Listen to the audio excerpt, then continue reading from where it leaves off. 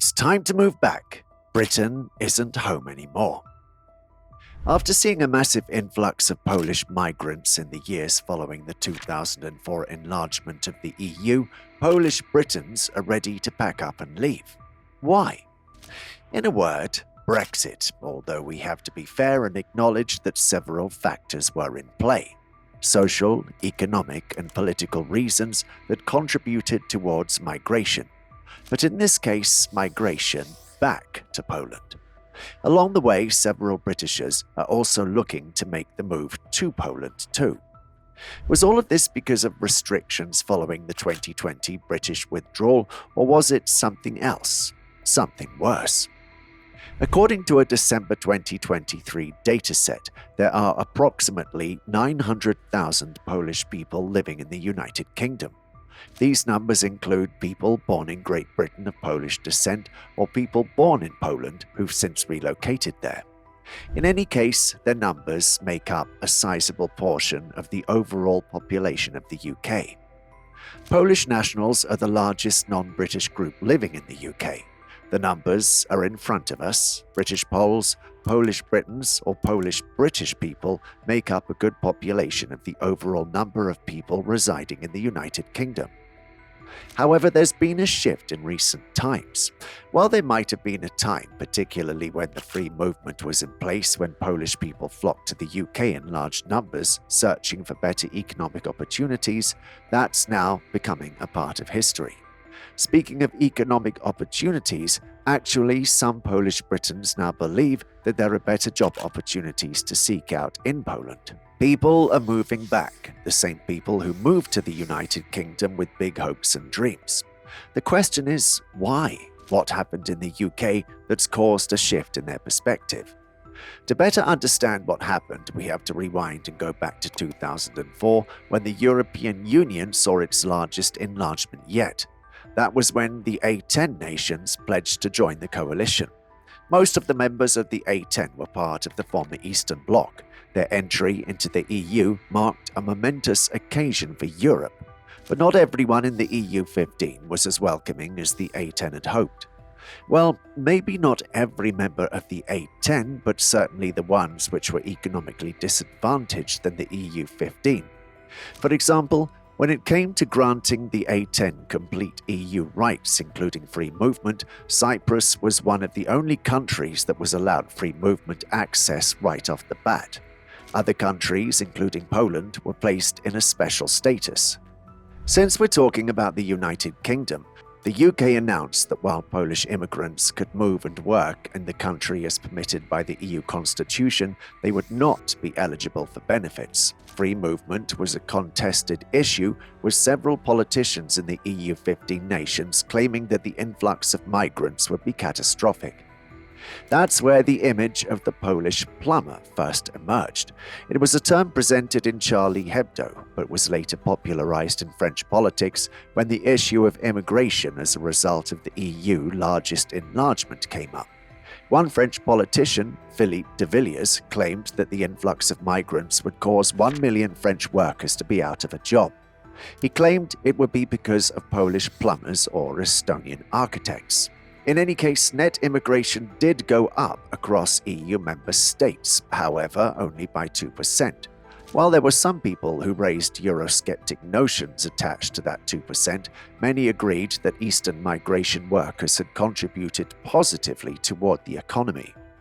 If anything, the Polish plumber campaign was also widely popular in Poland, where Polish tourism companies advertised attractive plumbers on their posters, stating that people from other countries all over the world should visit the home of the Polish plumber.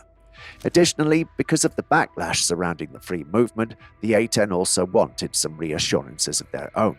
That, ladies and gentlemen, is how Article 50, better known as the amendment to the EU Charter that allowed for a nation's withdrawal from the coalition, came into effect. What's most interesting about the amendment is that while the A10 pushed for the article, an EU 15 nation was the one and the only one to ever use it. In 2020, that's 4 years after Britain announced its decision to go forward with its withdrawal from the EU. Brexit was officially in place. For the rest of the world, Brexit happened in January 2020, but for EU member citizens, it happened in late 2020 or early 2021. That's because of the transitional period granted by the Brexit divorce agreement, which allowed member nations one more year to make use of the free movement scheme. On that note, this was known as the EU settlement scheme. EU member nations could apply to live in the United Kingdom following the end of the transitional period, which would cease free movement. During this time, they were granted a special immigration status known as settled or non-settled. The procedure was relatively straightforward. Those who'd lived in the UK prior to the completion of the transitional period were granted settled status with the indefinite leave to remain. Those who were nearing their 5-year term but not quite there yet were allowed to leave to remain, provided the 5 years were completed. In any case, applications for the settlement scheme had to be processed before December 2020. At the end of the transitional period, the UK revealed that most applicants were from Romania or Poland. 1,415,310 and 1,181,550 applicants, respectively. Despite the numbers clearly indicating that Polish people, particularly workers, preferred moving to the UK to seek better economic opportunities, we've come to a standstill in recent times. At the time of Brexit, there was widespread panic over what would happen to Polish nationals who'd moved to the UK or those who were in the process. It seemed limiting for some families who wished to move but never got the opportunity to. An important aspect to remember here is that besides economic opportunities, the UK offered something else: community, a Polish community, but one nonetheless. As of 2021, 900,000 Polish Britons lived in the UK with their own communities, educational systems, and labour markets. In fact, Polish integration into the UK's educational system has been rapid, with several GCSE exams being conducted in Polish. A move, by the way, which has been contested in Parliament, deeming it cost ineffective in recent years. We've now covered the concerns surrounding Polish migration and why they wanted to move to the United Kingdom, both arguments with otherwise plausible points. Now, the real question: why do they want to move back? Anti-Polish sentiments or Polonophobia? Should I return to Poland? A question often asked in online forums, a question that's become increasingly common in recent times. By recent times, we mean since 2020, when Brexit officially took place.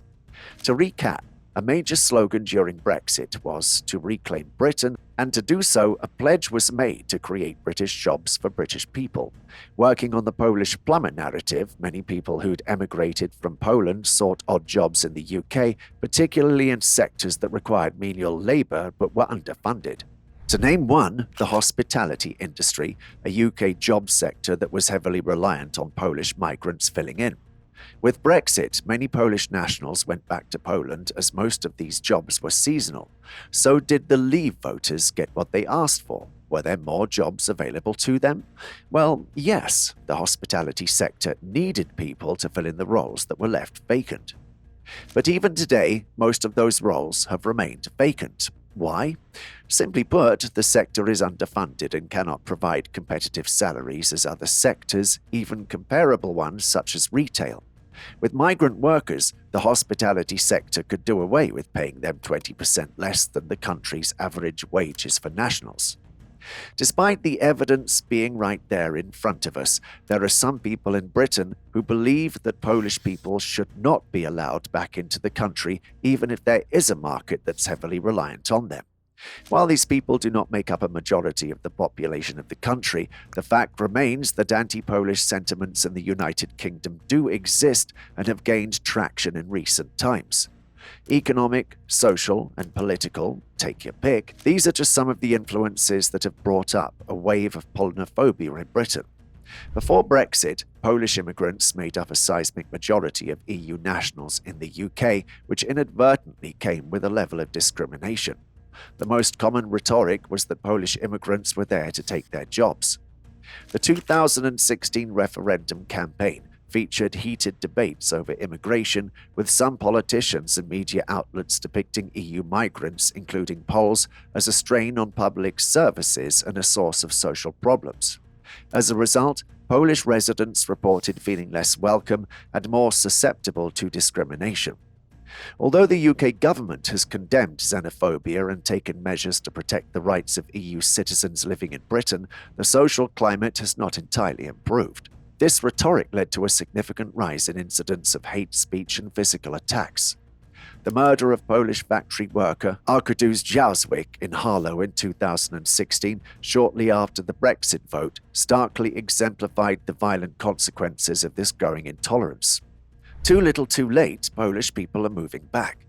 What motivated Polish people to go back? There are several reasons, but in a word, Brexit. The UK's withdrawal from the coalition was monumental in more ways than one. For people of different backgrounds in Great Britain, some of the Britain for British People slogan alluded to a rise in violence soon to come.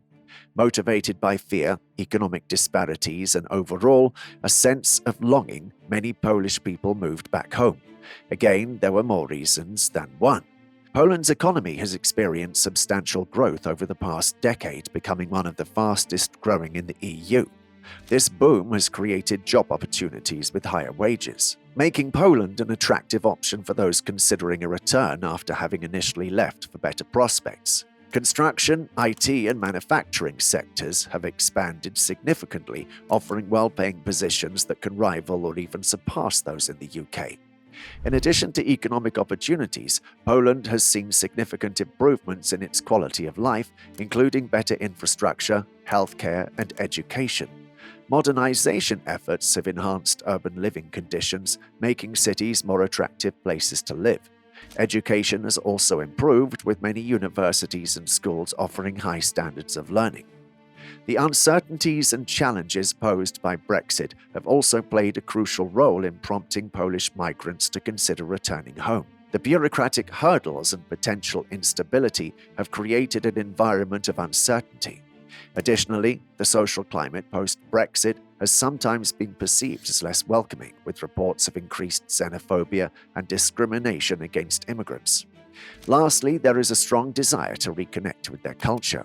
Poland's rich cultural heritage, vibrant social scene, and familial ties provide a sense of belonging and comfort that can be difficult to replicate in a foreign country. According to the British Embassy in Warsaw, about 2,500 Britons live and work in Poland, though the actual number is likely higher due to unregistered incomers. Anecdotal evidence points to a significant increase in Brits moving to Poland recently. This reverse migration is minor compared to the estimated 2 million Poles who left since 2004, but it's notable nonetheless. Despite Poland's unappealing communist-era urban planning, its rural areas and landscapes are attractive. Many Brits move to Poland for financial opportunities, as starting a business or earning in sterling can be lucrative under the enterprise-friendly government led by Donald Tusk. The first wave of Brits arrived post-communism to help establish capitalist practices. Poles generally welcome Brits as long as they avoid rowdy behavior and rarely express concerns about job competition, partly due to low unemployment rates influenced by many Poles working elsewhere in the EU. According to an article by The Guardian, several British nationals who'd moved to Poland were asked why they considered the shift. In their opinion, it was because Poland offered a sense of serenity that the UK lacked. Over the years, the UK has seen massive interest rates and near-recession conditions, all of which have taken a toll on the average taxpayer who's now had to dip into their savings. The UK has also become increasingly saturated in almost every job market, with vacancies only available in sectors that do not pay comparable salaries. People in the UK, those who were born there, have reported feeling lost in their own country. With rising bills, fuel poverty led on by the Russia-Ukrainian war, and homelessness at an all-time high, why wouldn't they want to move elsewhere? Is this what Polish Britons had anticipated?